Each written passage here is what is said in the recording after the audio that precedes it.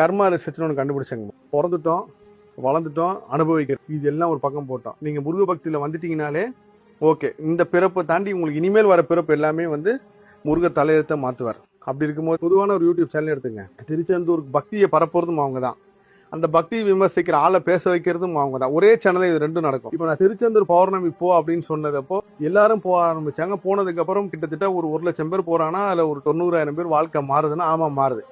அப்படி இருக்கும்போது பாத்தீங்கன்னா இந்த இயற்கை என்ன பண்ணுன்னா, இந்த 90,000 பேர்ல ஒரு மோசமான கர்மம் ஒரு 1000 பேர் இருப்பான்ல, அவன் கர்மா மாற விடாது. அவன் அனுபவிச்சுதான் ஆகணும்னு இருக்கும் போது அப்ப இந்த இயற்கை என்ன பண்ணுன்னா, இதெல்லாம் மூட நம்பிக்கை, இப்படிலாம் போய் தங்காதீங்க, இது யாரோ ஒருத்தர் கலை பண்ணணும், அந்த பேசுறதுக்கு உண்டான ஆளையும் அனுப்பும்.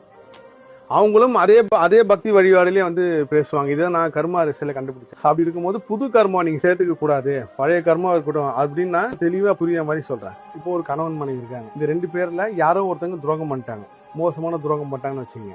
இப்போ உங்ககிட்ட வந்து கேட்கறாங்க, இந்த மனைவி பண்ணது சரியா தப்பா, உங்க கருத்தை சொல்லுங்கன்னு கேட்கறாங்க.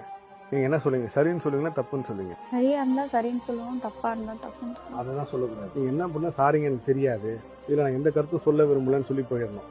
ஏன்னா அந்த மனைவி பக்கம் ஒரு நியாய கதை இருக்கும், இல்ல கணவன் பக்கம் ஒரு நியாய கதை இருக்கும். இந்த 2 பேரை பத்தி கருத்து சொல்ல வேண்டிய வேலை நம்மளுக்கு கிடையாது, அது இயற்கை பார்த்துக்கும். நீங்க இந்த மாதிரி எல்லா விஷயத்திலும் நீங்க பேச ஆரம்பிச்சிட்டீங்கன்னா உங்களை பத்தி யாரும் எங்கேயும் தப்பா பேச மாட்டாங்க, உங்களுக்கு எந்த இடத்துலயும் தப்பா நடக்காது.